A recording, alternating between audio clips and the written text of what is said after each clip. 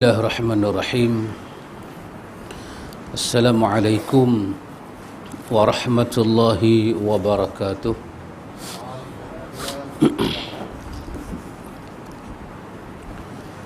Innal hamdalillah nahmaduhu wa nasta'inuhu wa nastaghfiruh wa na'udzu billahi min shururi anfusina wa min sayyiati a'malina. من يهده الله فلا مضل له ومن يضلل فلا هادي له أشهد أن لا إله إلا الله وحده لا شريك له وأشهد أن محمدا عبده ورسوله اللهم آت نفسي تقواها وزكيها أنت خير من زكاها أنت وليها ومولاها أما بعد. Ikhwatul iman, ikhwatu fiddin, a'azakumullah wa uhibbukum fillah. Alhamdulillah, summa alhamdulillah, kita sambung majlis ta'lim. Alhamdulillah, ikhwatul iman telah menjadi resam kepada mazhab ahlu sunnah wal jamaah. Mereka sangat mencintai ilmu, sangat mencintai ilmu. Jadi ahlu sunnah wal jamaah ni ikhwan melihat kepada ayat Iqra' bismi rabbikal ladzi khalaq, melihat kepada wahyu yang awal turun kepada kekasih Allah sallallahu alaihi wasallam, iaitu berkenaan dengan membaca. Apa yang kita nak bacakan? Membaca lembaran-lembaran suci, suhuf al-mutahharah ini, suhuf al-mutahharah, lembaran-lembaran yang suci ini turun daripada sisi Allah Jalla wa'ala. Dan ketika ayat-ayat Allah Ta'ala yang mulia ini, yang agung ini turun, Quran menyatakan bukanlah diturunkan untuk mencelakakan manusia. Ma anzalna alaikal qur'ana litashqa. Tidak, bukan untuk mencelakakan. Karena itu banyak ayat dalam Quran kita akan tengok sifat Quran itu adalah hudan, syifa dan rahmah. Sifat Quran itu adalah syifa, hudan dan rahmah. Dia memberi penawar, dia memberi petunjuk, dia memberi rahmat kepada hamba-hamba Allah. Sebab Quran itu kalam Tuhan. Quran itu adalah kalam Tuhan. Ikhwatul iman, kita berhenti pada muka surat tak silap 164.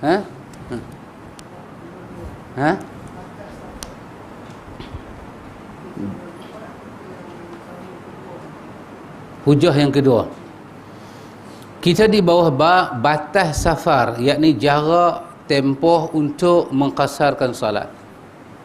Ini bab yang kita bincang ikhwan. Kita dah tengok pandangan yang pertama. Penulis kitab kita ini, dia kata ulama berbeza pendapat pada 3 pendapat. Ulama berbeza pendapat kepada 3 pendapat. Ala kulli halnya ikhwan, apabila para ulama berbeza pendapat, kita akan cuba tengok pandangan-pandangan yang diberikan oleh para ulama. Pendapat yang pertama, dia kata jarak kita qasar adalah 48 batu. 48 batu. Atau sama dia kata dengan 85 kilometer. Ataupun lebih sikit lah kot, 90 kot. Tak apalah, in between.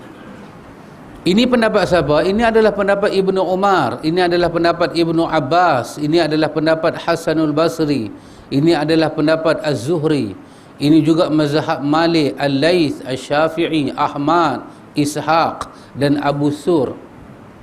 Yang sebut benda ni bukan kecil-kecil punya orang, mereka ni jago dalam ilmu. Kita jangan tolak lagi kan, kena dengar. Kena dengar. Apa hujah dia? Di antara hadis marfu'. Hadis marfu' adalah hadis yang dikatakan hadis marfu' adalah hadis yang disandarkan pada Nabi dan dikatakan sahih. Iaitu hadis, kata hadis itu dikatakan Ibnu Abbas. Ini hadis ni mazhab tadi yang disebut sebagai mazhab Hasanul Basri, Az-Zuhri, Imam Malik, Al-Laythi, Asy-Syafi'i, Ahmad, Ishaq bin Rahawih dan Abu Thur, depa kata hadis ni hadis yang marfu'.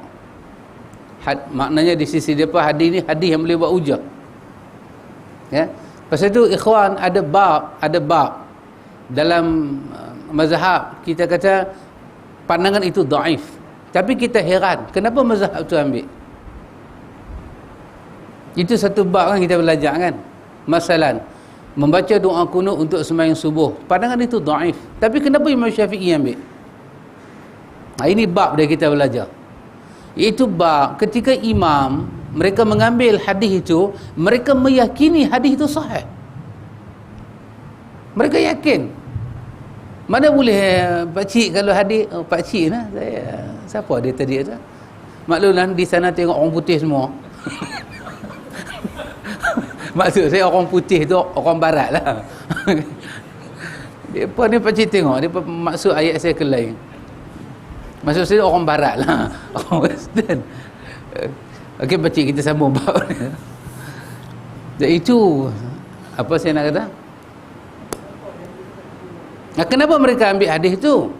Sebab anda bayang dalam mazhab Imam Syafi'i ada perkataan yang besar, idza sahal hadis fa huwa mazhabi. Kan? Idza sahal hadis fa huwa mazhabi. Ini ada dalam mazhab Imam Syafi'i. Dan siapa pun tak boleh nak menolak perkataan ini. Kalau sesuatu hadis itu sahih, maka itu adalah mazhab aku. Imam Syafi'i ikhwatul iman, Imam Az-Zahabi sebut dalam Siyar Alam An-Nubala, perkataan Imam Zahabi. Imam Az-Zahabi menyebut perkataan Imam Syafi'i dalam Siyar Alam An-Nubala. Apa dia kata?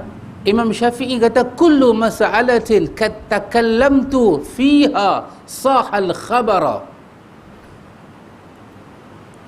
anin Nabi sallallahu alaihi wasallam 'inda ahli an-naqli bi khilafi ma qultu fa ana raji' anha fi hayati wa ba'da mamati.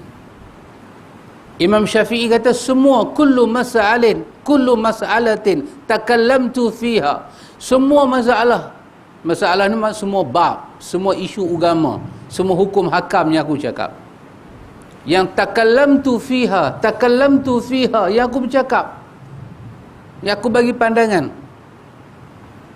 sahal khabara fiha 'anil Nabi sallallahu alaihi wasallam 'inda ahli naqli.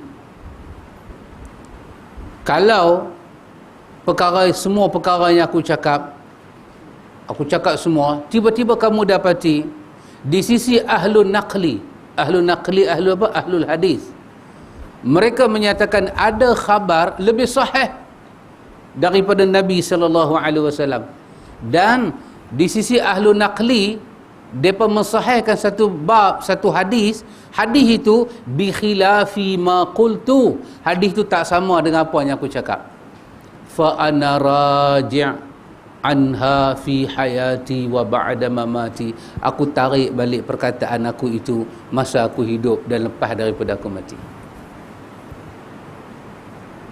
Agak-agak kita ikhwan, perkataan lagu ni kecil ke besar? Besar. Tapi kenapa kita heran?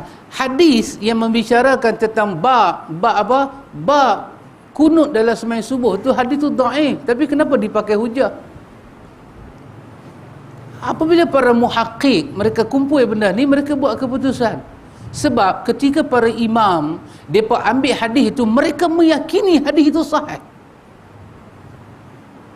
Mereka yakin 100%. Mereka yakin sahih.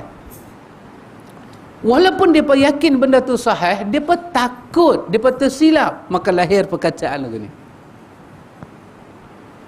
Maka mereka tahu di atas mereka ini ada orang yang lebih tahu tentang agama daripada mereka. Satu bab lagi kita belajar apa dia ikhwan? Bab inilah agama ikhwan. Agama bukan hak peribadi manusia. Islam ni hak Tuhan. Bukanlah semua mazhab Syafi'i cakap tu kalau kita bantah, kita kata awak berdosa. Dah. Islam bukan hak Imam Syafi'i. Islam bukan hak Abu Hanifah. Islam bukan hak Imam Malik dan Imam Ahmad. Islam ni kepunyaan Tuhan dan Tuhan jaga agama dia. Islam ni telah ada sebelum umat ada. Pasal itu di antara bab yang manfaat kita belajar dalam khilaf ini ikhwan, untuk memperlihatkan kepada kita Allah akan hantar hujah-hujah dia membela agama dia. Allah akan hantar. Walaupun yang bercakap itu mazhab Syafi'i, Allah lahirkan jago-jago dalam mazhab Imam Malik. Walaupun yang cakap tu Imam Darul Hijrah Imam Malik, Allah hantar jago-jago besar dalam mazhab Syafi'i membela agama Tuhan. Dan mereka semua ikhwan datang bukan bagi tahu kata agama ni milik depa. Semuanya berdisiplin, hujah dalil, hujah dalil, hujah dalil. Dan mereka mengajak manusia kepada ini. Apa dia? Idza sahal hadis fahuwa mazhab. Tapi masalah kita ni ikhwan, bila kita belajar kemudian, kita dapati bila para muhaqqiq membuat keputusan, para muhaqqiq ni para apa? Para muhaqqiq, para peneliti, para peneliti. Orang-orang yang meneliti balik ilmu, hujah. Mereka susun balik.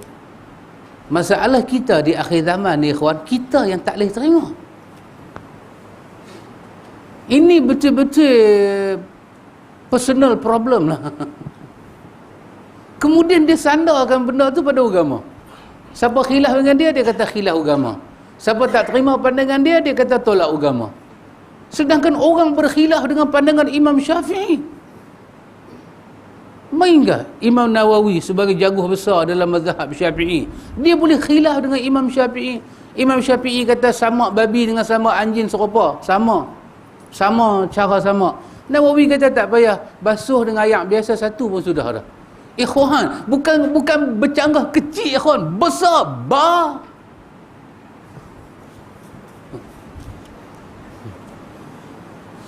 balik bahaya ikhwan.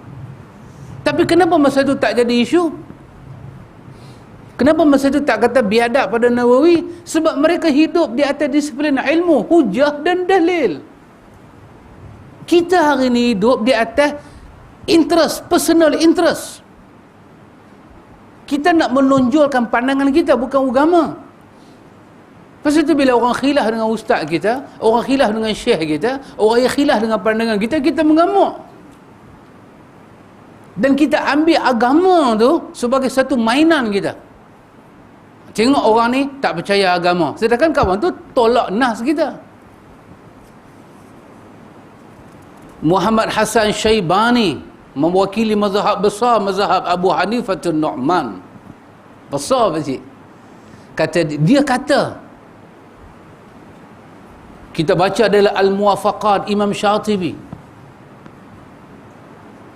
Kita baca di dalam Majmu' An-Nawawi ada nota kaki. Apa kata Muhammad Hasan Syaibani? Kalau Imam Abu Hanifah masih hidup, nescaya dia akan rombak banyak pandangan dia. Kenapa pada hari itu orang tak kata Muhammad Hasan Syaibani biadab? Tidak ya ikhwan, ini disiplin agama. Qul hatu burhanakum in kuntum sadiqin. Huwa alladhi arsala rasulahu bil huda wa dinil haqq. Huwa alladhi arsala rasulahu bil huda wa dinil haqq liyuzhirahu 'ala ad-din kullih. Allah akan menzahirkan agama dia. Kerana Tuhan membawa al-huda dan al-haq, ilmu dan kebenaran. Maka Tuhan akan zahirkanlah ilmu dia. Bila mereka berbahas-bahas, Tuhan hantar jago yang memahami ilmu agama dia. Jago tu akan bangun mempertahankan hujah mewakili Tuhan. Pasal tu manusia mendengar hujah. Bila kita halang orang dengar hujah, apa akan jadi pakcik? Habis ya? Dengar hujah.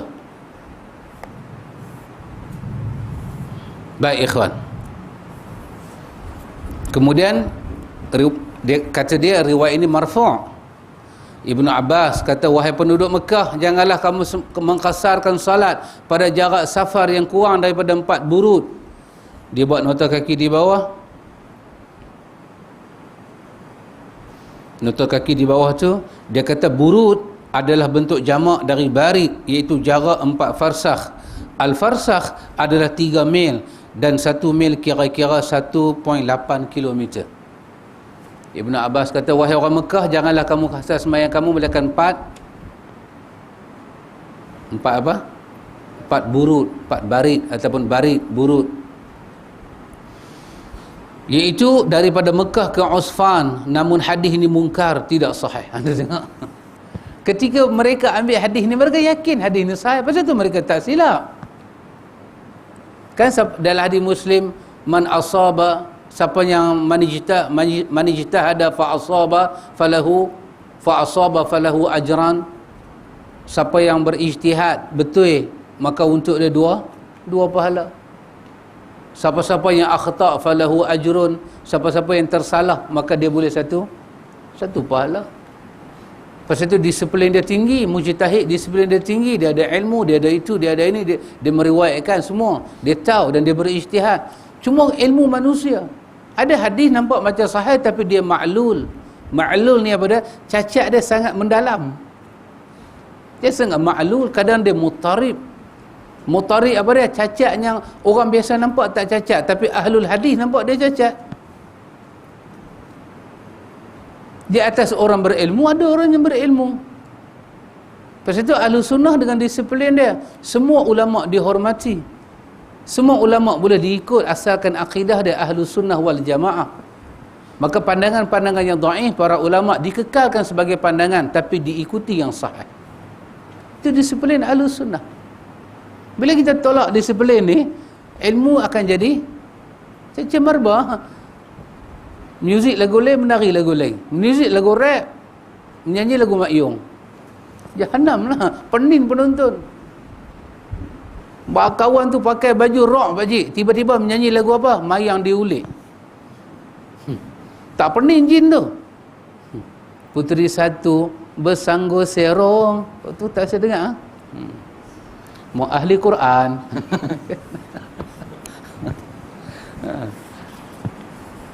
Mana boleh begitu? Kita berosok akan ilmu. Baik, itu telah kita baca, dan itu saya baca sebagai memanaskan keadaan. Kita masuk hujah yang kedua. Hujah pertama kata jamak semayang qasar tak boleh dibuat, melainkan berjalan itu kalau kilometer 80 kilo, tak boleh kurang bawah 48 mil batu ataupun 46 batu. Tengok hujah yang kedua, iaitu jamak qasar adalah perjalanan 3 hari 3 malam dengan unta. Sebab unta berjalan lebih jauh daripada binatang lain. Dia boleh berjalan tak berhenti. Jadi 3 malam. Pandangan yang kedua, dia tak setuju dengan pandangan yang pertama. Mana boleh takat 85 kilo? Itu baru 48 batu, 46 batu. Yang betulnya dia kata, berdasarkan hadis, kalau kita tahu kita nak berjalan 3 hari 3 malam, barulah boleh keluar pada qaryah kita, start sembahyang jamak, sembahyang qasar. Kalau tak, sembahyang tamam. Apa hujah dia? Tapi dengar dulu, ini adalah pandangan Ibnu Mas'ud, Suwaid bin Ghaflah, bukan Ghaflah, Al-Sya'bi, An-Nakhai, As-Suri, dan ini juga mazhab Abu Hanifah Nu'man. Ini juga mazhab Abu Hanifah. Kita nak kata Allah 3 hari 3 malam mangkak betul. Dah tak mangkak Abu Hanifah. Ini mazhab yang sahih. Ini kita kata ahadun anil mazahib arba'ah, seorang daripada imam besar mazahib arba'ah. Apa hujah dia? Dengar hujah dia. Hadis Ibnu Umar, Nabi SAW bersabda, la tusafiri al-mar'atu thalathata ayyamin illa ma'adhi mahram. Janganlah seorang wanita bermusafir selama 3 hari kecuali disertai oleh mahramnya. Hadis ini adalah hadis Bukhari dan Muslim. Maka dalam hadis itu Nabi sebut apa? Satu wanita tidak boleh bermusafir, satu wanita jangan bermusafir selama 3 hari. Dikaitkan safar dengan hari. Maka Abu Hanifah kata itulah sebenarnya safar. Pasal Nabi sebut hari. Hadis yang kedua, hadis Ali bin Abu Talib tentang mengusap khuf. Nabi SAW menjadikan 3 hari 3 malam bagi musafir dan menjadikan sehari semalam bagi orang bermukim. Kita pakai kasut khuf kan? Nabi kata orang yang bermusafir, dia ambil uduk masa dia nak keluar kasut dia tu, khuf dia tu, kasut dia tu, dia tak payah buka selama 3 hari. Adapun orang yang bermukim, ada hal-hal apa ke, sejuk ke apa ke, tak pergi ke mana, terpaksa nak pakai khuf juga, sejuk ke, tak menggarung ke kaki, dia boleh ambil uduk sekali, lepas tu pakai khuf, bila batal uduk, ambil uduk macam biasa, sampai tangan kaki dia sapu kat atas khuf aja, tak payah buka, untuk 1 hari, untuk 1 hari aja, kalau dia tak musafir. Maka Nabi sebut batal khuf dengan apa? Dengan hari. Maka kalau safar kita kurang daripada 3 hari, tak boleh kita buat sembahyang qasar. Buatlah sembahyang tamat. Baca lagi. Mereka menyatakan hukum bermusafir pada 2 hadis di atas dikaitkan dengan orang yang melakukan perjalanan 3 hari. Oleh kerana itu tidak boleh mengqasar salat dalam perjalanan kurang daripada itu. Apa dengar? Nak setuju tak setuju, buat nombor 2 dengar dulu. Ni sampai dengar pun tak mau. How mengkak you can be, ya? Dengar pun tak mau. Apa lagi? Ketiga, ni hujah dia, sebagaimana difaham bahawa 3 adalah bilangan banyak yang paling minimal dan bilangan sikit yang paling maksimum, tidak boleh mengqasar salat pada safar yang pendek, maka bilangan yang banyak, paling banyak minimal 3 hari wajib menjadi batasnya. Bawah daripada 3 hari tak dipanggil safar. Kalau nak panggil safar pun, panggillah safar. Tapi sembahyang qasar tak boleh start. Sembahyang qasar kena start apabila kita confirm kita nak pergi satu tempat itu 3 hari. Dan dia bukan cakap dengan ayat liang, dia buat main hadis. Dan dia yakin hadis itu hadis sahih, hadis Bukhari, hadis Muslim. Lepas itu dia kata para ulama Ahlus Sunnah, dia takkan cakap, melainkan dia yakin dulu dengan dalil. Kita kadang-kadang ikhwan, dalil tu tak pergi cari, cakap-cakap dah. Kalau kita semayang, kalau kita tidur tak ambil ayat semayang, kalau kita tidur ambil ayat semayang, kita tidur ambil ayat semayang, roh kita pergi sujud bawah arash. Kalau kita tidur tak ambil ayat semayang, roh kita pergi tidur, pergi sujud tapi jauh dengan arash. Kalau kita tidur dalam keadaan junub, roh kita diharamkan sujud. Mana dalil? Hadis Bukhari kata nanti di hari akhirat yang akan sujud bawah aras daripada Nabi. Nabi saja akan sujud di bawah aras. Hadis Bukhari. Tiba-tiba roh kita setinggi roh Nabi. Come on baby, I can believe it. Tanya dalil, tak boleh tanya dalil. Tanya dalil, Wahabi. Apa agama ke tu? Mendonatkan pemikiran orang. Tanya dalil, percayalah itu ustaz besar, ustaz tu hebat, dia sembahyang malam tiap-tiap malam. Habis kami sembahyang Isyak pagi. Surilah ikhwan, saya tak boleh terima lah cakap mengkak lagu tu. Bodoh sangat lah. Kita ajak orang bagi cerdik, ajak orang bagi faham agama. Afala ta'qilun, afala tubsirun, afala tasma'un. Quran kata bagi telinga awak tak guna, bagi mata awak tak tengok, bagi hati awak tak mau faham, bagi otak awak tak mau fikir. Agama ni ada sifat dia, ada dia punya sifat dia. Tengok sifat agama kita tahu benar ke tak benar. Mana dalil-dalil tu kita nak bercari? Kalau sahih ala ra'si wal ain, tapi tak ada, tak baca rawahu siapa. Jangan main-main ikhwan, jangan main-main. Abu Hurairah kan dalam junub jumpa Nabi. Apa Nabi kata kat dia?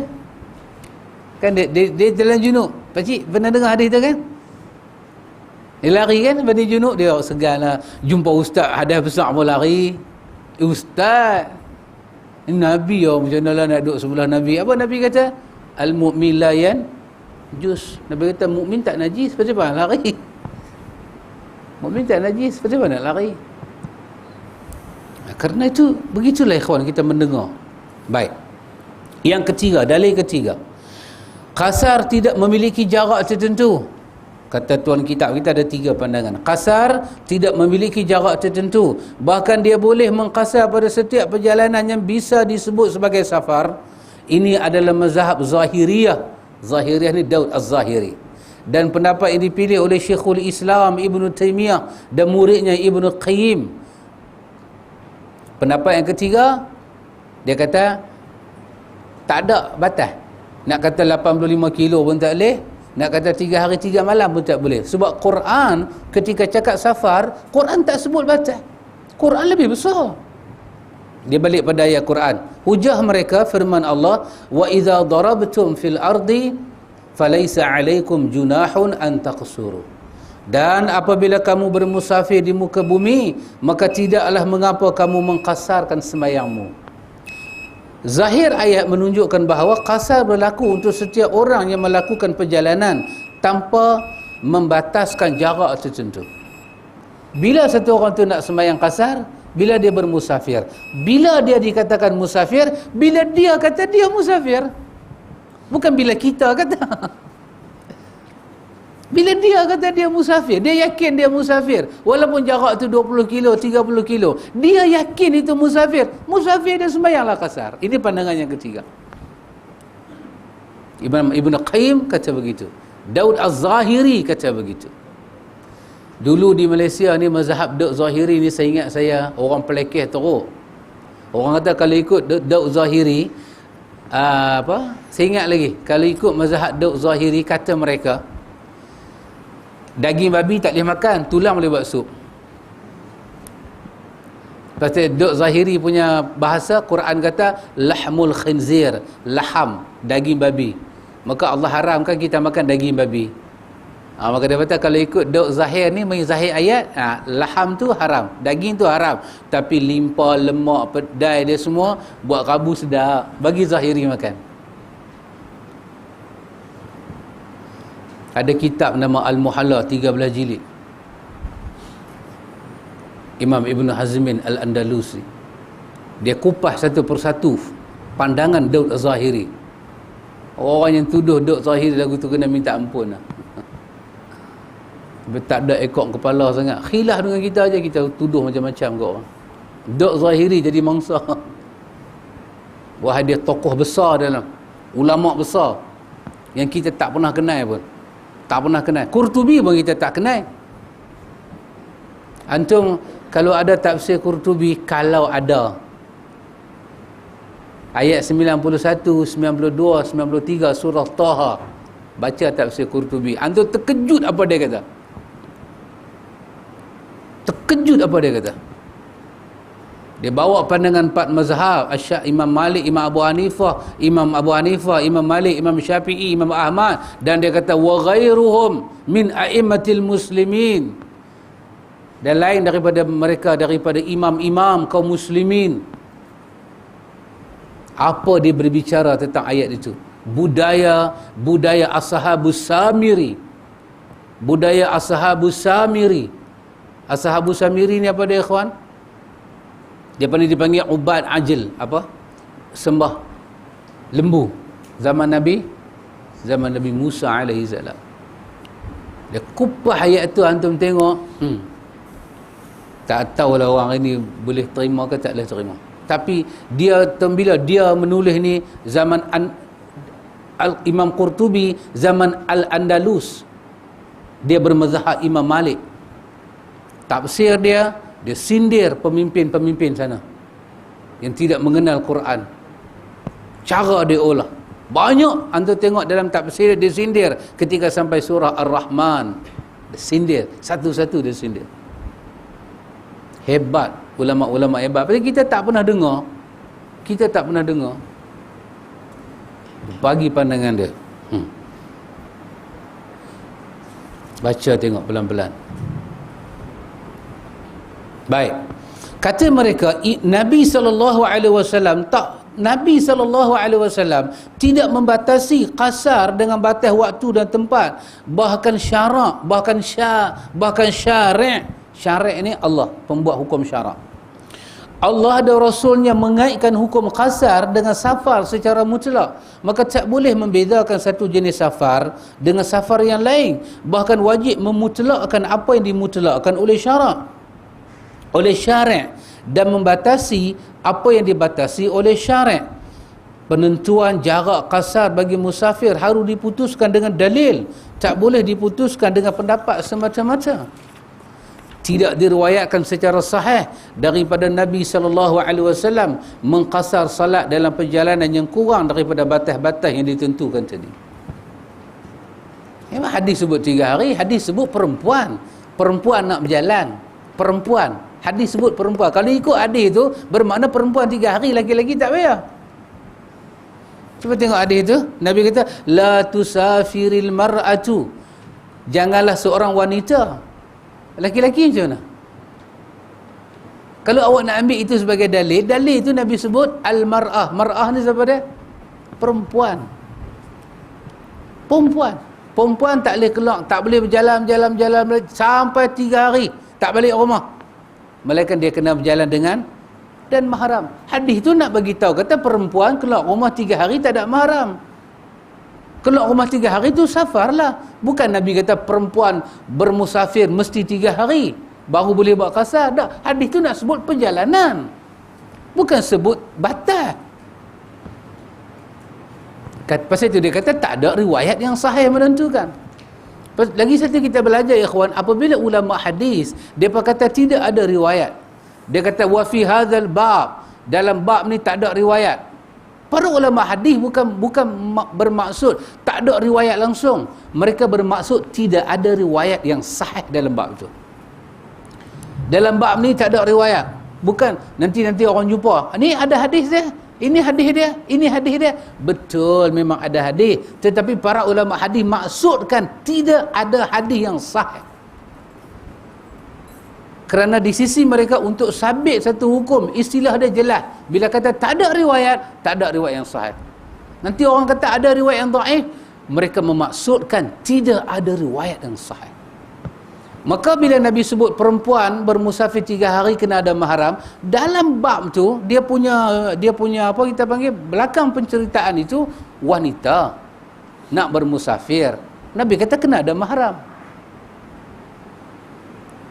Maka penceritaan dia bukan masalah Nabi meletakkan had semayang qasar. Tak.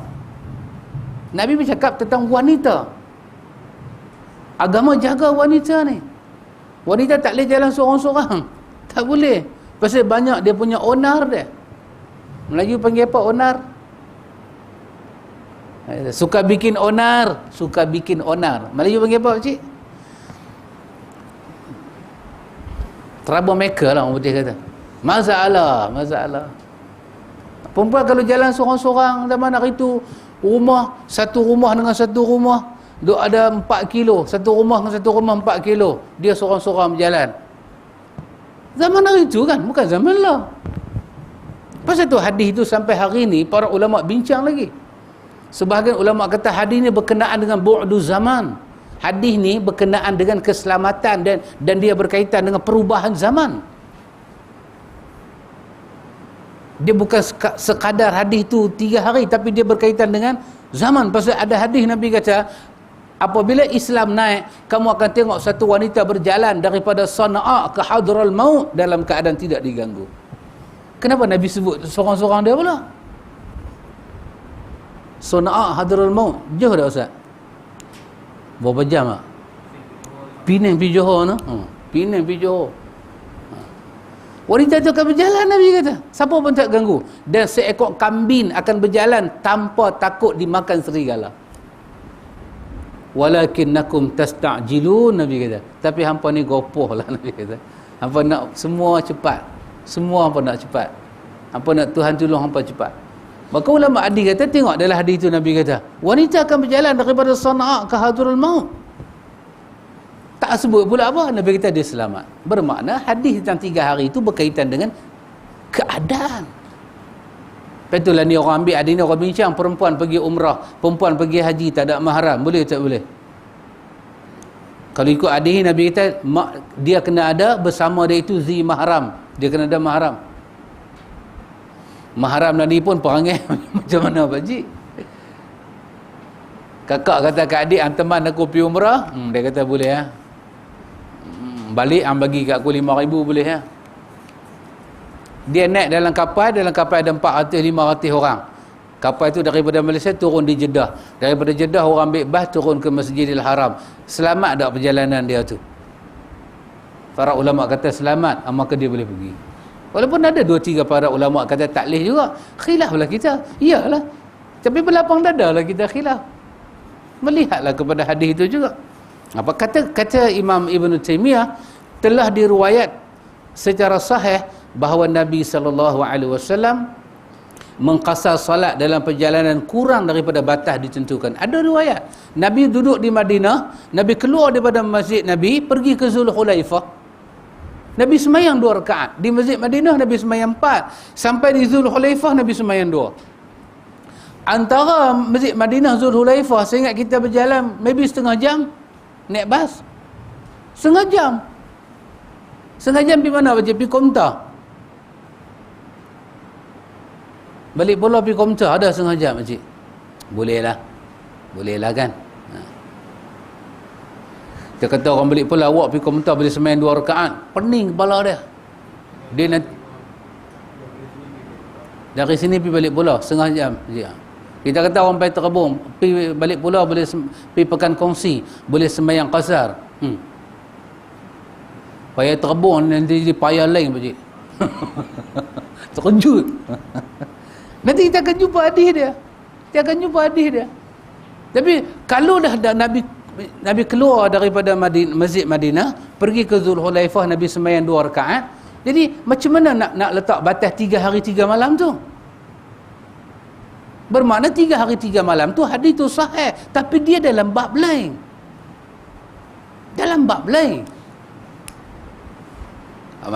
Kata Imam Ibn Taymiyah, masalah dia kata diriwayatkan oleh Anas bin Malik.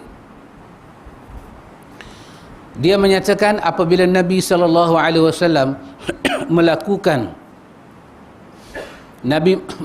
perjalanan sejauh 3 mil atau 3 farsakh, beliau salat 2 rakaat. Hadis ini adalah hadis Imam Muslim.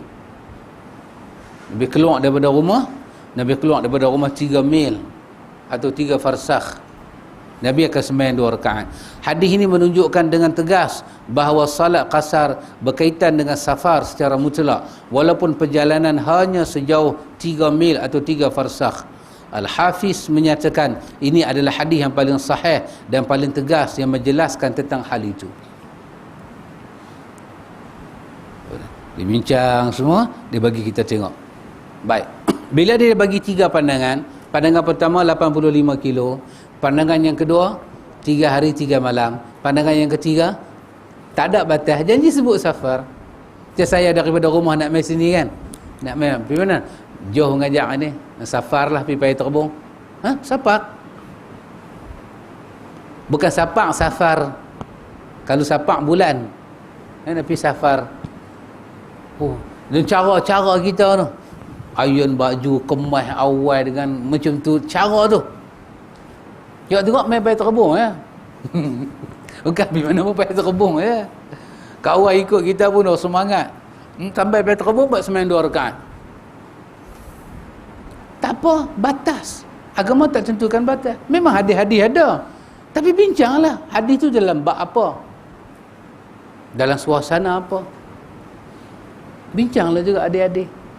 Kita melihat, bukan saja melihat. Kalau-kalaulah ilmu hadis itu sekadar kita pergi hafal hadis Bukhari dan Muslim, maka tak ada hal lah ilmu hadis ni. Ilmu hadis ni dilihat, perbahasan hadis, kalimat dia, baris dia, ungkapan dia, suasana hadis tu keluar. Qubaisah dalam hadis Muslim, Nabi kata Qubaisah jangan suka meminta Qubaisah.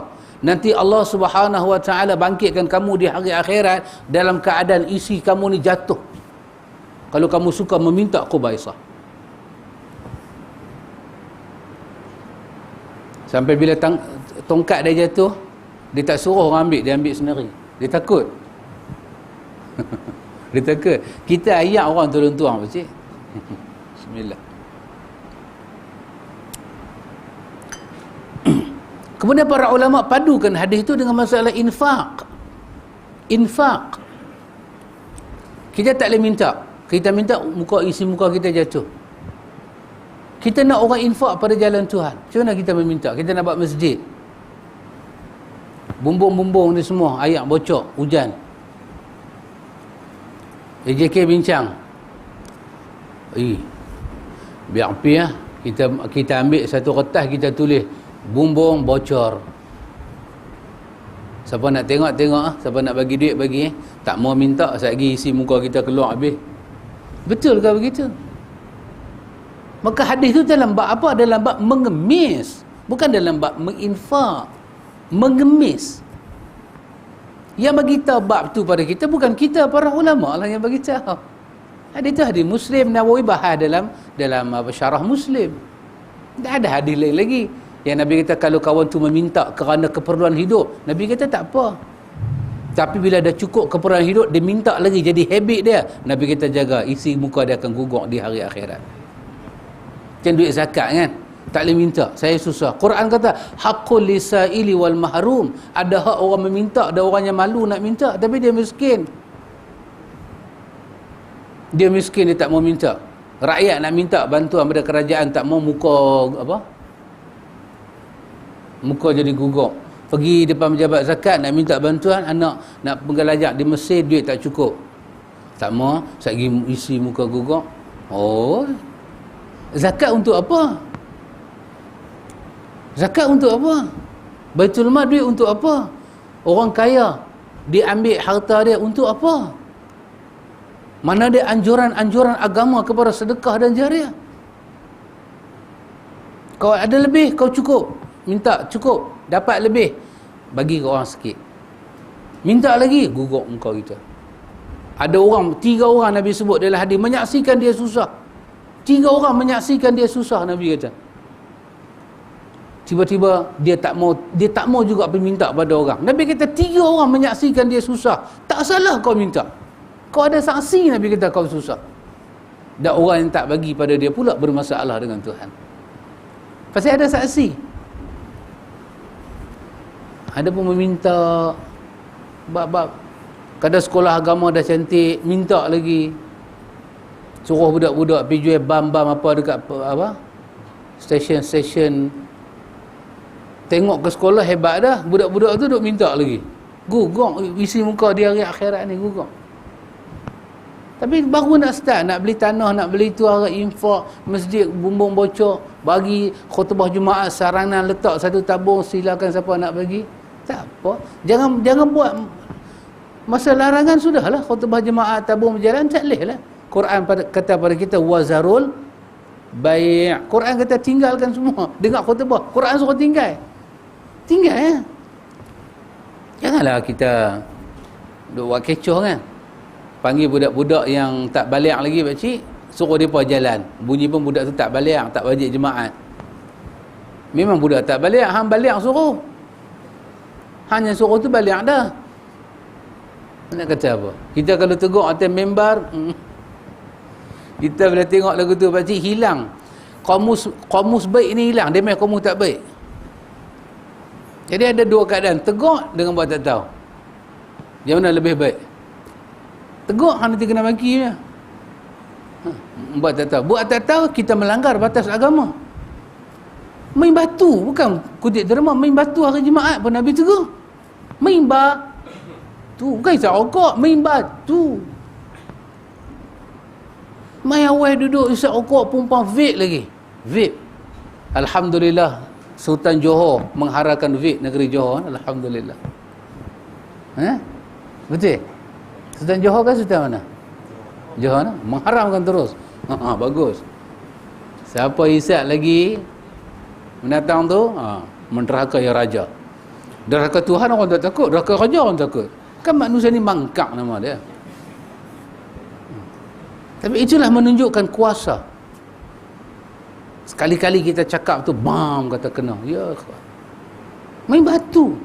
Kita boleh suruh budak-budak kucing setengah-setengah tempat dalam Malaysia. Itu saya kena dalam khutbah, saya tahu. Suruh budak ambil setiap saf. Kalau orang bos RM1, kalau budak tu RM1, poket budak tu RM1 dalam tus. Oh, seronoklah budak.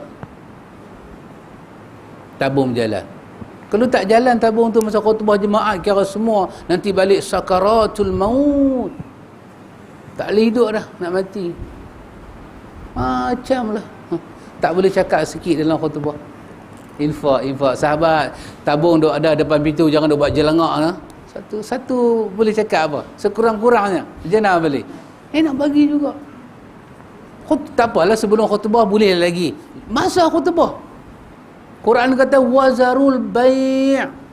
Quran kata wazarul bai'. Tinggal semua. Quran kata tinggal semua. Kita buat semua. Quran kata tinggal semua. Kita main isap rokok lagi. Hari Jumaat isap rokok. Pompang. Dah siap rokok, khutbah berjalan, azan berjalan. Boleh pula duk ambil pisau mas, duk buka selai. Nyam kok ni lepas azan kok ni.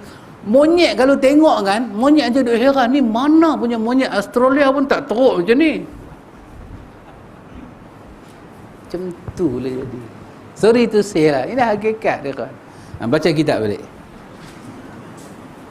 Kadang baca kitab tak kata kat orang, tak syok tau cik. Duk biasa duk kata kat orang. Kata jumhur ulama bahawa ini dibawa kepada jarak di mana qasar dimulai, bukan batas safar. Al-Hafiz berkata tidak samar lagi bahawa takwil ini terlampau jauh. Ditambah lagi bahawa Al-Baihaqi menyebut bahawa dalam riwayatnya dari jalur ini bahawa Yahya bin Zaid yang meriwayatkan daripada Anas berkata, aku bertanya kepada Anas tentang mengqasarkan salat saat aku keluar menuju Kufah, yakni daripada Basrah. Apakah aku salat 2 rakaat hingga aku keluar? Maka Anas menyebut hadis tersebut jelas bahawa ia bertanya tentang bolehnya mengqasar pada saat safar, bukan tentang tempat di mana dimulai qasar.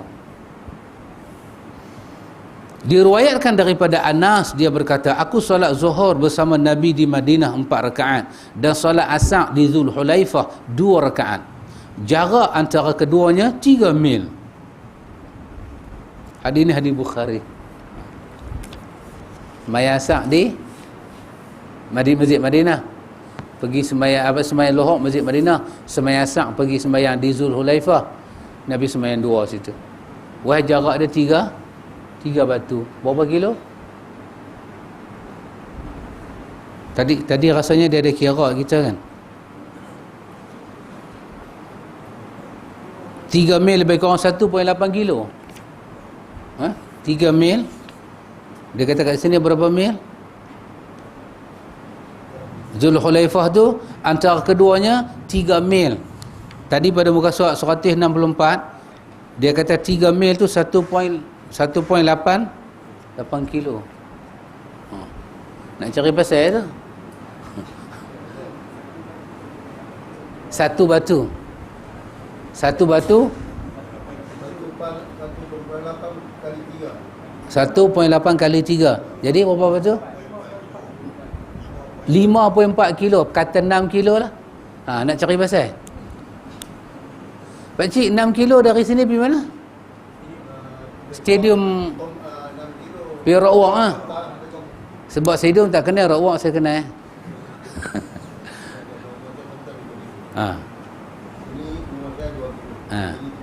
Oh dahsyat pakcik, 2 kilo sini. Pakcik buat jamak tak? Kenapa tak buat? Oh tak suruh lagi. Ni dah jumpa pakcik. Ini tak apalah, hadis ni hadis yang sahih. Hadis ni hadis imam apa? Hadis ni adalah hadis Imam Bukhari dan Muslim. Cuma ulama lain bila dia tengok hadis ni, dia kata makna macam lain. Tak apa, tapi exactly hadis tu main macam tu. Yang menyebabkan ada para ulama berbincang macam tu. Sebab maksud daripada perjalanan itu, Allah nak bagi kita mudah. Allah nak bagi kita mudah. Pasal tu kenderaan dia tak main peranan.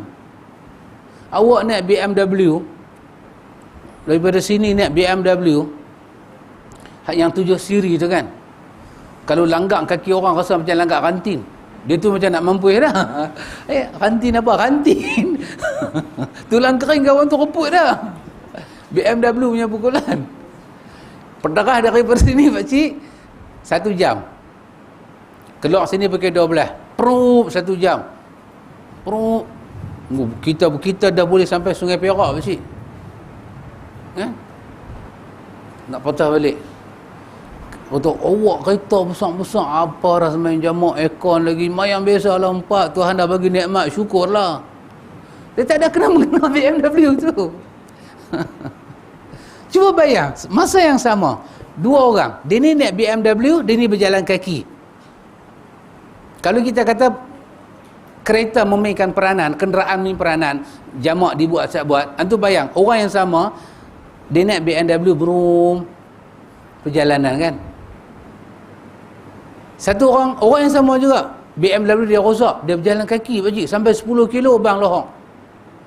Agak-agak kita pergi kata kat dia, awak kena semai lohok 4, awak tak boleh buat 2. Dengan kita kata kat dia, awak boleh buat lohok 2, asak 2. Yang mana dia lebih seronok pakcik? Tapi kalau kawan naik BMW, kita pergi abang 2, dia 3 lah, apa 2 pun kira banyak, aku tak sembahyang terus.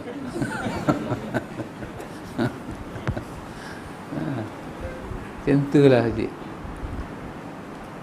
Pasal itu saya katakan tadi, Allah akan hantar hujah-hujah membela agama dia.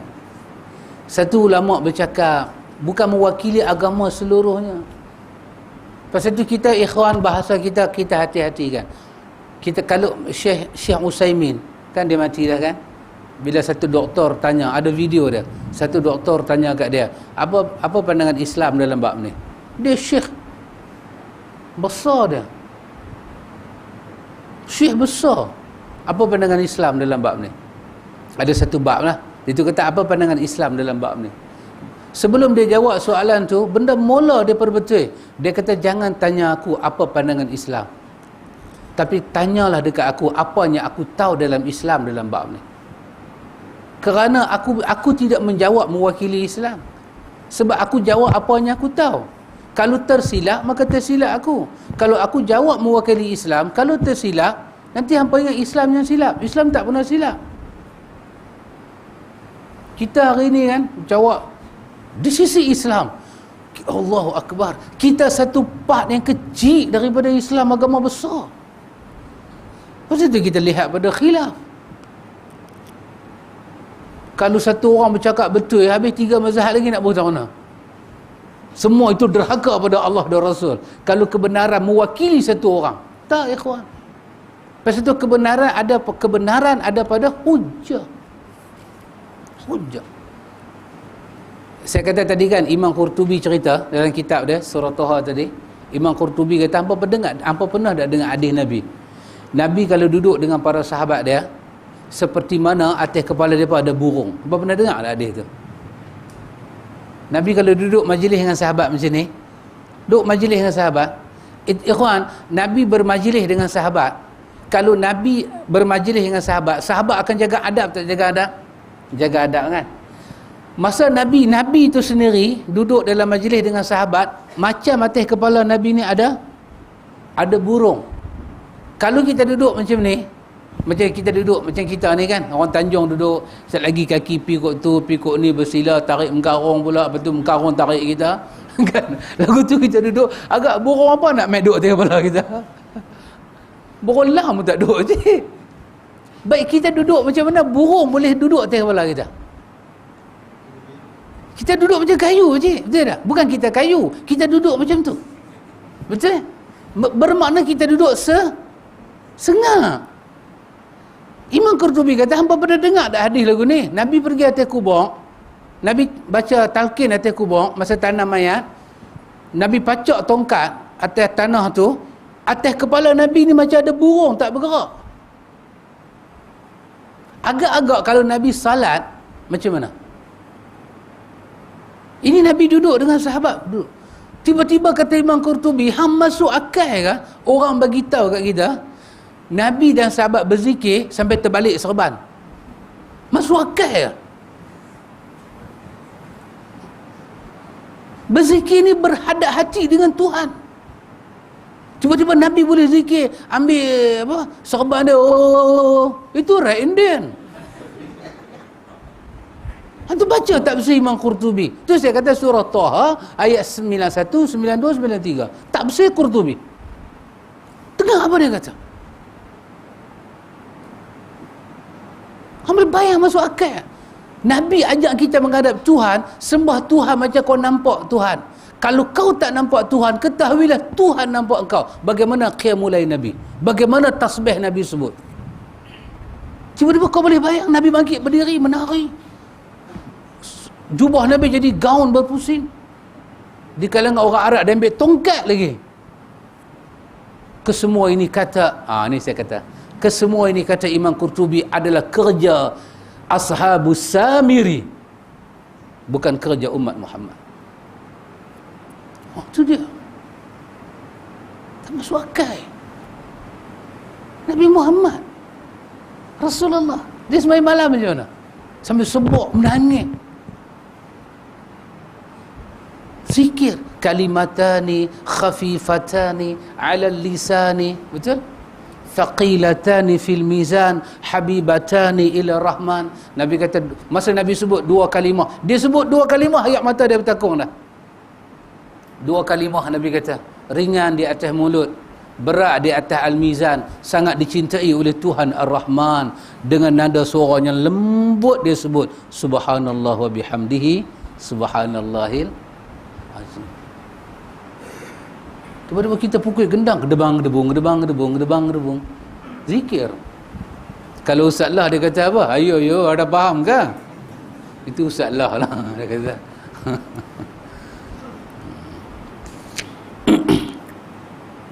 Baik, ini mereka duk jawab. Telah diriwayatkan secara sahih daripada keduanya, Ibnu Umar dan Ibnu Abbas, yang menyelisihi pembatasan ini dengan sanad-sanad sahih. Demikian juga sahabat-sahabat lain menyelisihi keduanya.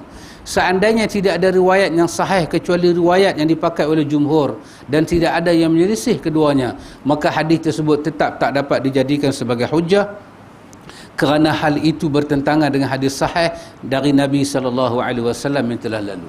Meletakkan batas kepada untuk sembahyang qasar ni tak ada wujud. Semua hadis-hadis di atas tu sahih belaka, tetap bukan dalil kepada batasan. Itu hanya nak mencerita keadaan.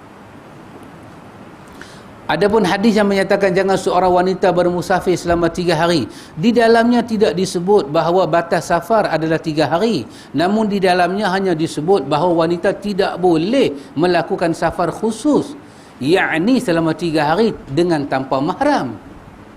Dia kata diriwayatkan dengan sahih daripada Abu Hurairah, tidak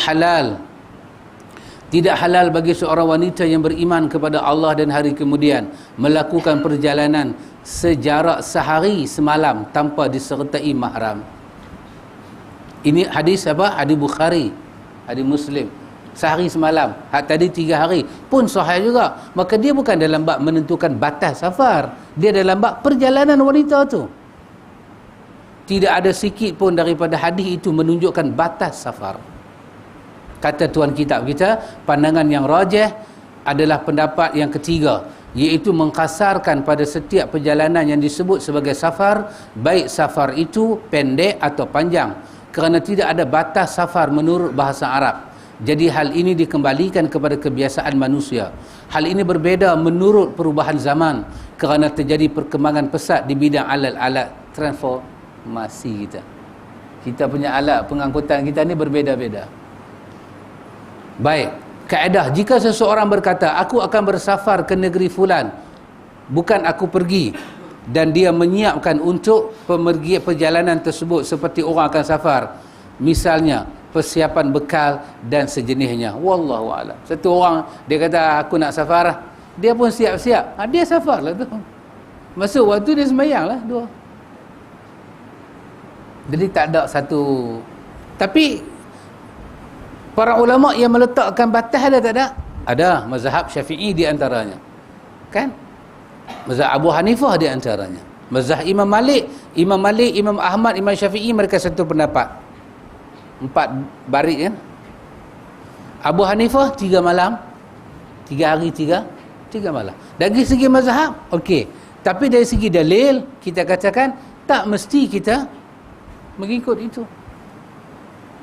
Awak Syafi'i, awak kena ikut Syafi'i sebab ini telah diputuskan oleh Imam Syafi'i, boleh juga, tak ada hal. Tapi perbahasan secara ilmu menunjukkan menentu batas itu tidak kuat. Maka safar. Sini pergi Taiping, safar. Sampai dekat manakah? Bang, bayang ada. Tak masuk waktu jangan sembahyang lagi kan. Masuk waktu, bagi masuk waktu sembahyang doa. Lepas tu nanti ada bab pula, kita dah siap-siap nak safar, orang bang, kita duduk dah dalam rumah, boleh tak buat doa? Ada bab bincang pula. Buat siap-siap lah, senang orang nebang kan, boleh tak boleh? Pecah lagi pandangan mazhab. Ala kulli halnya ikhwan, kita melihat semua pandangan, tapi tengok hadis Nabi tu jangan terlupa tengok. Jangan sampai kita raih pandangan, hadis tu kita tak mau tengok. Mesti tengok pada hadis tu. Macam mana hadis tu mat? Ada soalan dalam bab ni. Bab jarak kita ni. Jadi kesimpulan dia, boleh tak kita nak pegang 85 kilo? Boleh pegang. Itu satu tafsiran. Tak mau 85 kilo aku nak pegang 3 hari 3 malam. Persilakan, ahlan wa sahlan. Lagi apalah nanti jadi. Tak apa, silakan. Boleh. Tapi kita nak pegang dengan yang ketiga. Ditahqiqkan pandangannya oleh Syekhul Islam Ibn Taymiyah, oleh Ibn Hazmin Al-Andalusi, oleh Daud Az-Zahiri, oleh Ibn Qayyim Al-Jawziyah, oleh Imam Az-Zahabi, oleh Imam Al-Mughni, Ibn Qudamah Al-Maqdisi. Dia kuatkan pandangan ini. Boleh kata mereka. Tak menentukan jarak. 20 kilo pun kita boleh buat dengan syarat kita sepakat dalam diri kita, jauh ni kita nak pergi Sabah 20 kilo pergi. Pakcik daripada sini, pakcik nak pergi rumah saya, sampai kat Masjid Seberang Jaya Bang Lohong, pakcik buat doa, buat asar sekali sampai rumah saya. Boleh cadar. Sini pergi Komtar pun dah 5 kilo kan, tambah pergi naik jambatan dah 13 kilo. Nak turun lagi rumah saya, tapi taklah sampai 85. Cepuang pergi Cepuang mai ada lah kot 60 ke 50 lebih 60. Nak semai istikharah pula, boleh ke tak boleh? Nak buat sapak jadi istikharah pula, boleh ke tak boleh? Boleh. Agama taklah sampai teruk macam tu. Boleh. Jawapan dia boleh, kawan. Bismillah. Bolehkah baca lagi satu? Kan nak berhenti ya? Pakcik, boleh baca kan nak berhenti? Pendek aja. Pukul 10 dah. Pukul 9. Ui, dah siap pukul 4.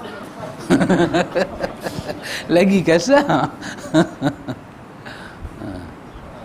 Sikit Boleh kalau dalam bab ni ada yang muskil, boleh kita bincang dalam bab ni lah. Bab yang kita bincang ni ada 3 pandangan ulama. Ya.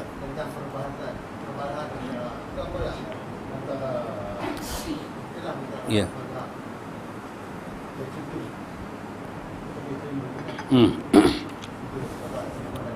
Ya.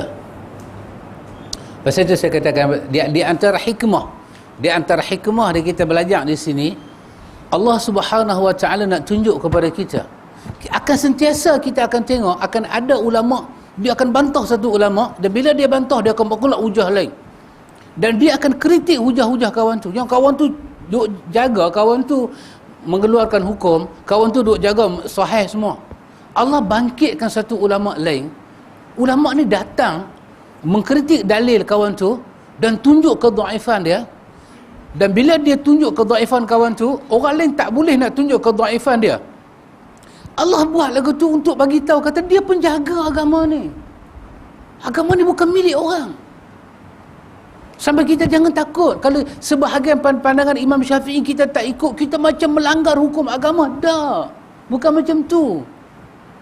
Sebahagian pandangan Imam Abu Hanifah kita tak ikut, Allah mahu apa nak jadi. Dah, agama ni bukan milik orang. Pasal tu Allah hantar jago besar. Pasal tu kita kena tengok perbahasan. Kalau kita kata awak mesti dengan Syafi'i, awak tak boleh ke lain, tak benar cakap lagu tu.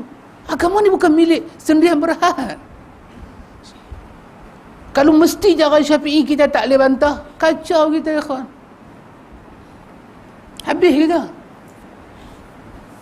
Dalam mazhab Syafi'i, budak-budak yang bawah akhir balik tak boleh pergi beli santan. Tak sah je beli. Beli barang tak boleh. Tak sah je beli. Kita kampung ni pakcik, kirim santan lah, kirim nyok lah, kirim rokok lah. Lagi tak sah pakcik.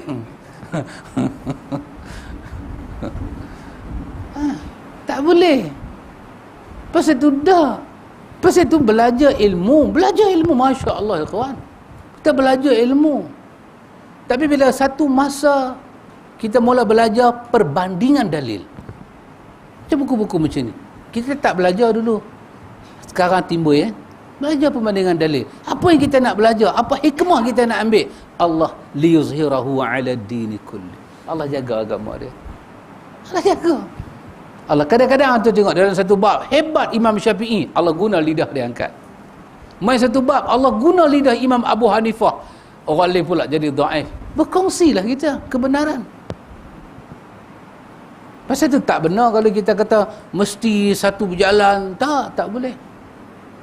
Kita belajar dalam hal apa? Dalam hal akhlak. Orang baca Ihya Imam Al-Ghazali, bangga, hebat, alhamdulillah. Kita baca. Tapi antum nanti dengar bagaimana Imam Ibn Qayyim membahas hal kejiwaan, tibul khulub. Meleleh air mata kita. Dalam bab jiwa ni pun masih ada pandangan berbeza. Hidayah tu di hati ke hidayah tu di akal ke? Berbeza pandangan. Ambil hadis, ambil Quran. Kenapa Quran kata ta'qilun? Itu akal bukan hati. Kenapa hadis Nu'man bin Bashir, Nabi kata ada mudghah, ada segumpai darah, dan Nabi kata ketahuilah itu adalah hati. Kenapa lain keadaan Nabi kata hati, lain keadaan Nabi kata akal? Betul-betul akal ke hati, hati ke akal? Akhirnya kita terkejut perbahasan besar lagu tu, pasal kita tak pernah dengar. Dan kita duk rasa kita pegang tu lah betul. Jadi kawan-kawan kita kan, kita kata sekali-sekali semayang tak payahlah usalli. Dia jegir pakcik, mata terkeluar atas sini. Biar betul dia kata. Pasal kita diajak lagu tu, kita diajak macam tu. Tak mau dengar dah orang lain cakap. Yang benarnya zikir menari, zikir serak-serak ni semua tak benar. Kita diajak lagu tu. Saya semayang pakcik, semayang Zuhur. Saya tak tahulah saya semayang Zuhur. Pergi tadi ni saya semayang Allahu Akbar. Tengah-tengah duduk semayang tu saya rasalah ada orang buat sah di belakang saya. Assalamualaikum. Saya sengah tak kata apa. Panjanglah sah tu saya tengok. Habis-habis keluar saya pergi, nak pergi kat kereta, kawan tu mai. Betul Ustaz.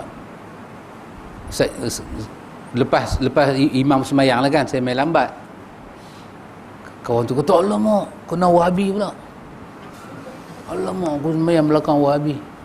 Tak apalah kan. Lepas tu bila dia kata lagu tu, saya beralih tengok kawan tu.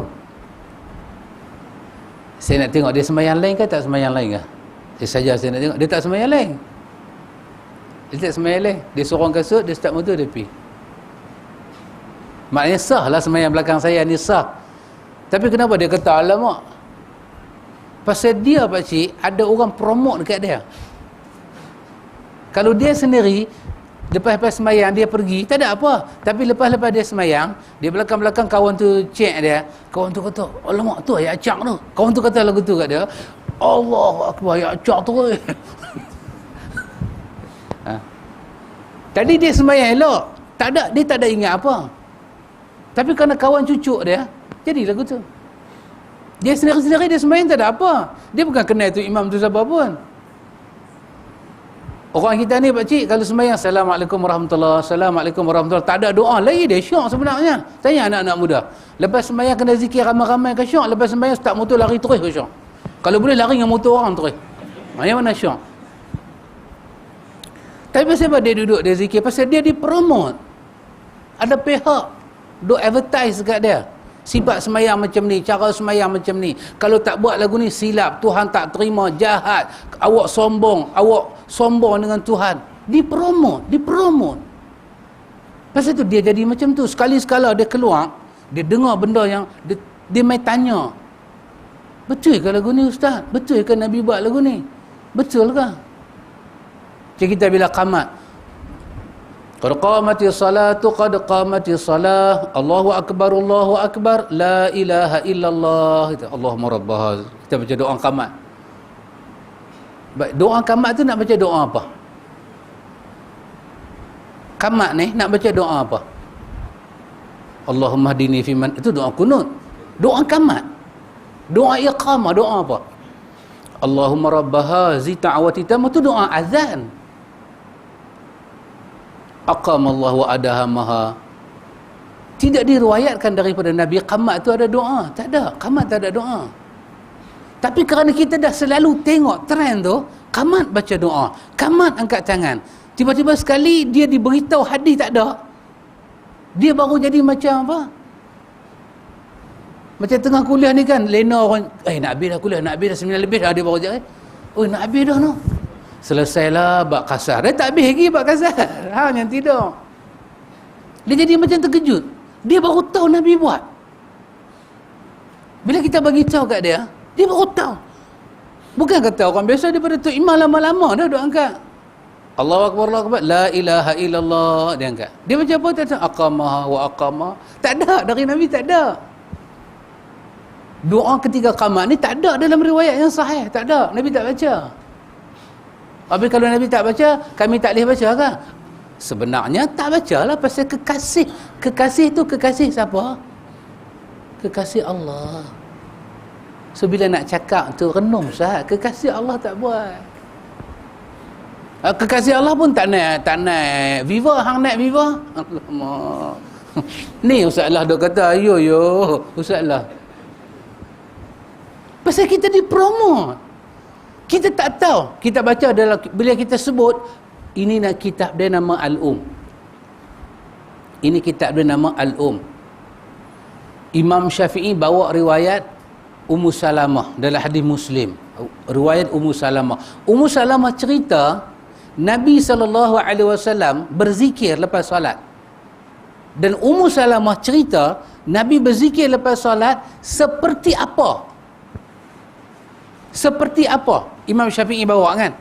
Imam Syafi'i kata Nabi berzikir selepas solat. Nabi berzikir selepas solat, kata Imam Syafi'i dalam Al-Um. Seperti apa? Maksudnya macam mana Nabi berzikir? Kata Imam Syafi'i seperti hadis Ummu Salamah. Nabi pernah berzikir dalam lepas sembahyang ni, subhanallah subhanallah, dengan suara yang kuat. Pernah Nabi buat. Seperti Nabi pernah sembahyang di atas mimbar. Hadis riwayat Ummu Salamah. Pakcik, Nabi pernah takbir atas mimbar ni, macam ni kan? Nabi naik sampai anak tangga sini, Nabi jadi imam, jemaah duduk di belakang. Nabi duduk, Nabi takbir. Allahu Akbar. Allahu Akbar raka'. Sami'allahu liman hamidah. Bila nak sujud, Nabi turun kostan kat belakang, Nabi sujud. Pernah tak Nabi sembahyang di atas mimbar? Pernah kan? Baik. Antara Nabi sembahyang di atas mimbar dengan Nabi sembahyang tempat biasa ni, mana banyak lagi? Banyak lagi kan? Begitulah kata Imam Syafi'i, Nabi pernah berzikir lepas sembahyang kerana nak mengajak jemaah, seperti Nabi bertakbir di atas mimbar kerana nak ajak takbir sembahyang tu dekat orang perempuan haduk belakang tak nampak macam mana. Kalau orang kata pernah tak Nabi buat? Pernah. Tapi hari-hari ke? Tidak. Seperti sembahyang di atas mimbar. Bukan hari-hari Nabi buat. Hari tu je Nabi buat. Pasal jemaah muslimat tak nampak. Bila kita bagi tahu ke orang macam ni, anak muda ni ikhwan, Allah, saya cukup seronok tengok. Ya ke Ustaz? Ya ke? Tak ada ke hadis Nabi tak zikir terus? Dia tanya soalan heavy matter. Dia kira nak berderai pakcik.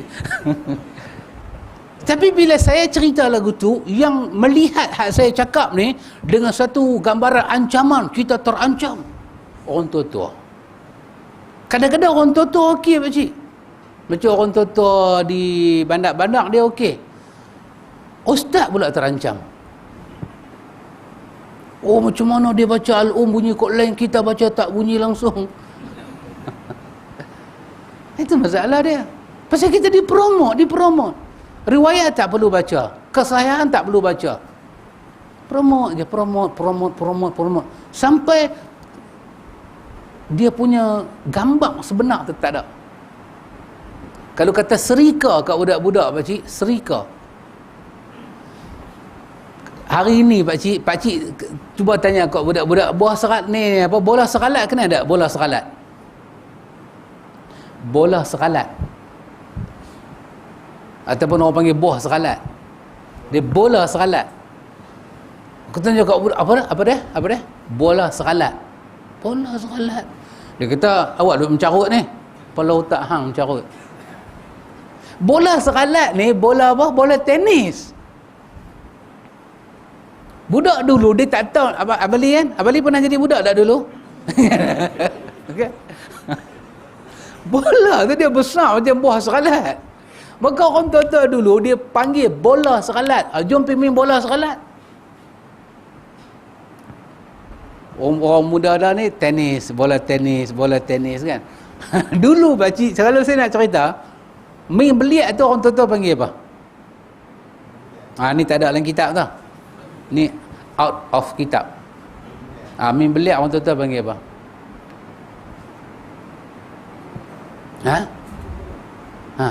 Orang tua-tua zaman saya lah.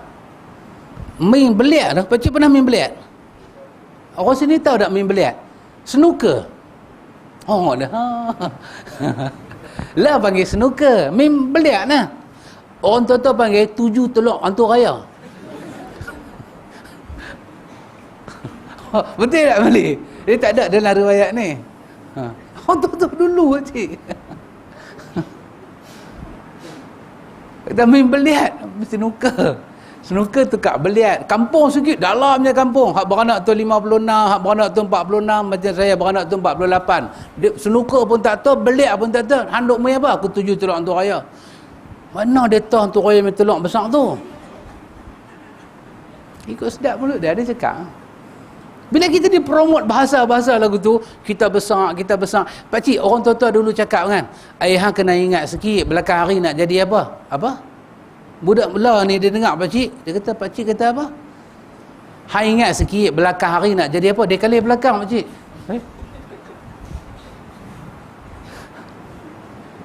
Belakang hari ni maksudnya besok nak jadi apa? Dia tak faham pakcik. Dia tak faham. Orang tua-tua kata matahari dah tinggi ya. Budak-budak lah dia bengong sangat. Dia kata matahari pernah turun ke bawah ke? Punya mangkuk macam orang tu. Bahasa orang dulu. Bila kita satu masa bahasa semua hilang, kita pulang balik, orang jadi terkejut. Macam tu juga masa Nabi mai, orang terkejut kat Nabi pakcik. Orang Mekah boleh cakap tu cakap ni, orang pergi daripada Mekah, keluar daripada Mekah, orang boleh pergi ke mana? Orang keluar lagi pergi ke Syam, orang keluar lagi pergi Palestin. Balik mai, orang duk cerita lah di Syam macam ni lah, pembangunan macam ni lah, hebat. Semua duk cerita hebat. Tiba-tiba Nabi ni tak pernah keluar lagi ke Syam. Nabi ni tak pernah keluar lagi ke mana? Tak pernah keluar lagi ke Palestin. Tiba-tiba Nabi boleh menceritakan ke Palestin. Agak-agak orang masa tu, Allah, hang biar betul. Hang ni biar betul. Lah ni ada penyakit apa dia panggil penyakit tu? Budak tu dia umur 7 tahun. Tapi otak dia pakcik 27 tahun. Apa dia panggil penyakit tu? Dia boleh baca paper star. Dia baca paper star. Dia baca. Oh, dia kata Syria tak aman lah. Dia 7 tahun pakcik. Dia satu jenis penyakit. Pemikiran dia tak seimbang dengan umur. Sepatutnya kita bersyukurlah. Tak, doktor masukkan dia penyakit tak normal. Dia boleh panggil kita uncle lah. Alamak, uncle. Uncle pun baca tak lepas. Dia baca lepas pakcik. Dia boleh bagi tahu saham, bursa saham time ni nak beli minyak, nak beli apa. Umur 7 tahun, duduk satu kelas pemulihan. Otak dia dengan umur dia tak seimbang. Tiba-tiba Nabi mai. Nabi cerita ada akhirat, ada macam tu. Orang zaman tu tengok Nabi ni, biar betul ni. Terkejut, biar betul ni. Dia patut Nabi tak pernah keluar Mekah. Dia patut Nabi tak pernah pergi sekolah. Nabi tak boleh baca. Nabi tak boleh tulis. Macam mana boleh bercakap macam kami lebih ni? Habis nak kata apa pakcik?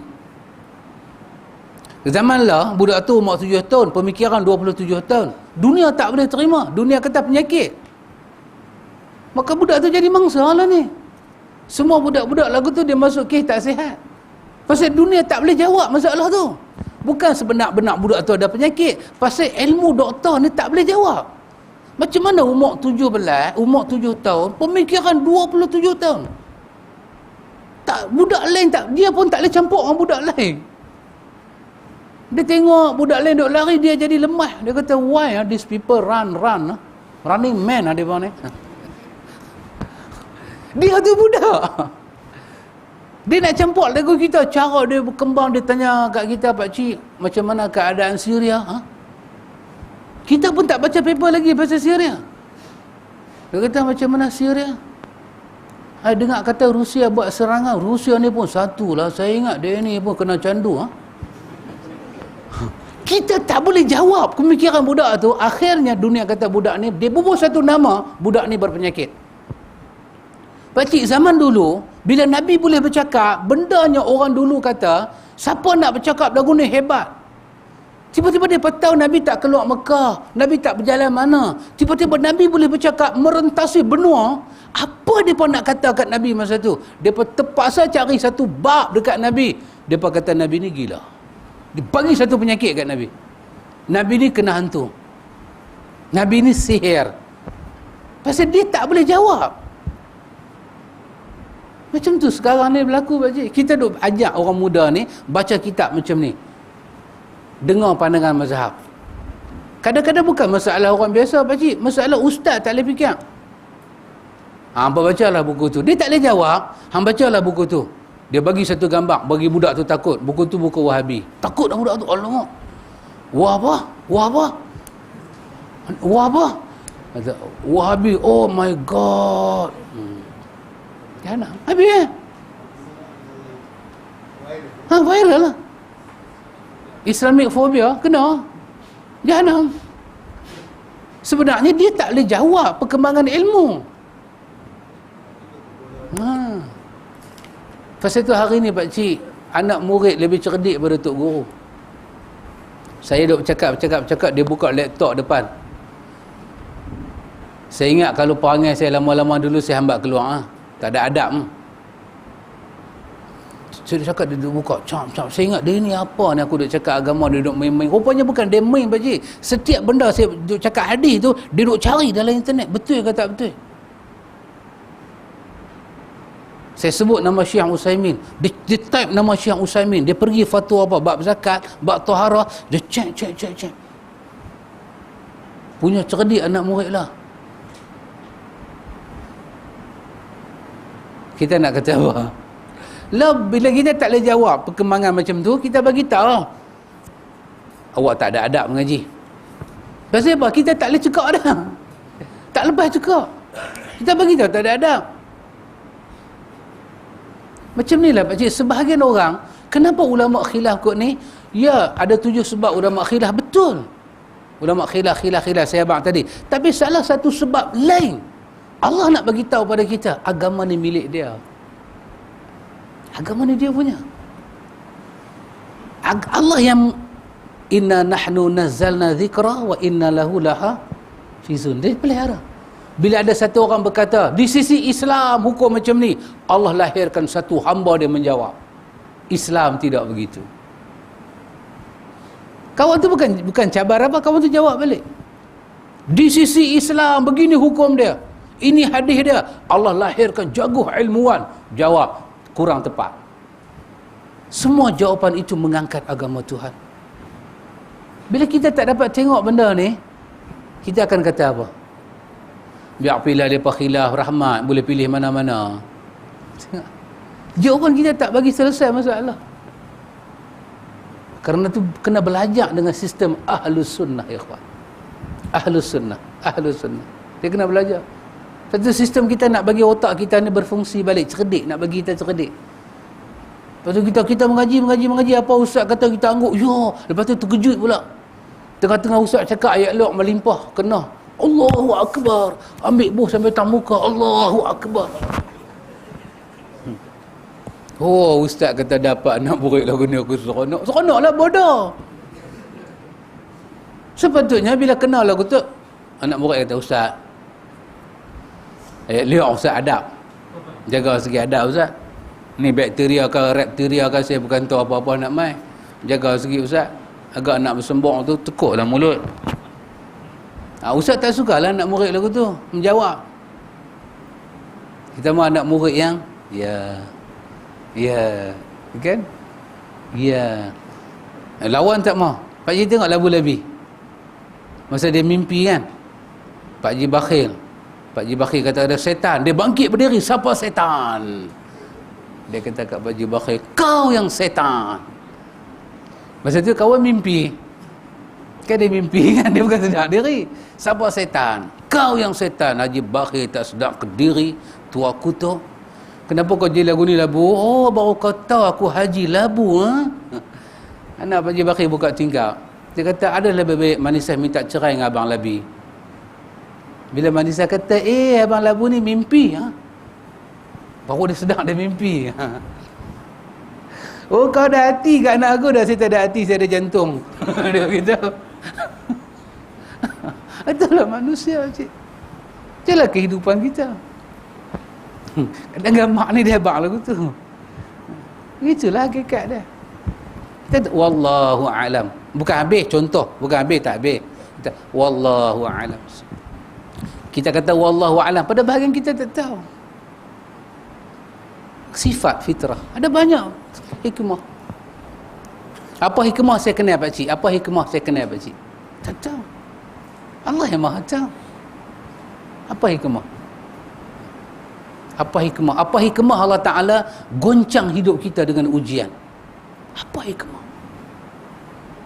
Apa hikmah dia? Apa hikmah dia? Tuhan bagi sakit. Sampai hari ni sebahagian orang kita mencari hikmah kan? Apa dia hikmah? Tak tahu hikmah. Tapi dalam setiap perubahan hidup kita ini, jatuh bangkit, Allah nak bagi tahu sesuatu. Dia adalah penjaga alam ni. Kadang-kadang kita rasa orang tak sayang dengan kita.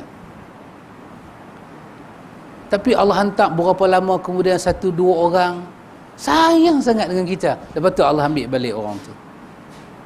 Menyebabkan kita bertanya, ya Allah, kenapa aku jumpa orang yang aku sayang ni sangat? Ada benda Tuhan nak bagi tahu pada kita. Dahulu kau bertanya, sayang ke Tuhan dengan kita? Hari ini Tuhan tunjuk dia sayang dengan kita. Dia hantar orang yang orang tu sayang dengan kita. Tanda dia sayang. Tu, berapa banyak pakcik naik jambatan nak terjun. Nak terjun. Pasal apa? Mak bapak tak ambil tahu, apa tak ambil tahu, nak terjun, nak bunuh diri. Lagi kita kata no, dia kata yes. Kita kata no, yes, dia terjun sangat-sangat. Panggil hak pandai gila macam dia ni juga mah. Dia kata nanti wait, why nak terjun? Dia kata saya nak terjun. Dia kata jangan terjun seorang, kena terjun 2 orang. Oh. Kita pun kata, oh bagus juga terjun 2 orang, ada partner. Kita terjun 2 orang. Sambil nak terjun tu bincang sikit. You nak terjun pasal apa? Lepas tu siapa pun tak sayang kat I, siapa pun tak ambil tahu kat I. You nak terjun pasal apa? I pun tak tahu. You nak terjun, I nak terjun lah. Daripada you terjun seorang-seorang, baik kita terjun berdua. Jadi kawan nak terjun tu tengok muka kawan tu. You gila ke? Dah, I tak gila. Alah macam ni, kita turun sat, mari kita bincang. Turun sat tepi jambatan, mari boleh cukup. Masuk buat gila. Masalah dunia. Dalam proses tu duduk di ward, doktor duk bagi ubat. Doktor pun macam gila kan pakcik. Doktor mai betul-betul ingat orang gila. Doktor main seluar pendek, main dengan skop, rupanya nak bagi ubat. Kalau abang bagi ubat betul, dia nak pergi jambatan pula. Merontok tak mau. Doktor pun satu macam punya, baldi angkat, pakai topi macam nak buat kerja kontrak tu, pakai kasut ayak tu, seluar pendek, lari mai. Oh, dia tanya doktor, pasal apa? Banjir. Lekas, kena makan ubat. Ubat ni kalau kita makan, banjir tak menghampiri kita. Dia tu pun makan dandan. Doktor buang skot, doktor pergi.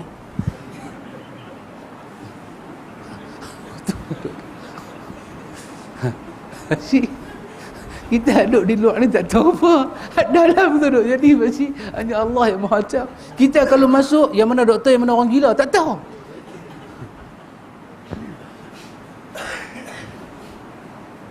Duduk makan ubat, tenang sikit, hilang murung, hilang semua, hilang tu. Doktor tukar ambil tandan semua ni, nampak tenang, nampak okey lah, nampak berkenan pula dekat misi. Berkenan kat misi. Sikit-sikit panggil misi, Mila, aku nak mandi. Mila, aku tak makan lagi. Menyanyi, Jamilah, Jamilah. Pasal apa? Pasal orang tak pernah sayang dia. Hari ni orang sayang dia. Kenapa? Habis tu dia keluar, dia pun dah normal, sihat. Dia pun terfikir, apa hikmah aku gila hari tu 4 bulan? Ha? Tuhan bagi kita gila 4 bulan. Pasal apa? Tuhan nak habaq ke kita. Kadang-kadang ikhwan, Tuhan jawab kepada kita ni dalam bentuk kehidupan. 6 tahun silam kita pernah bertanya, adilkah Tuhan dengan kita?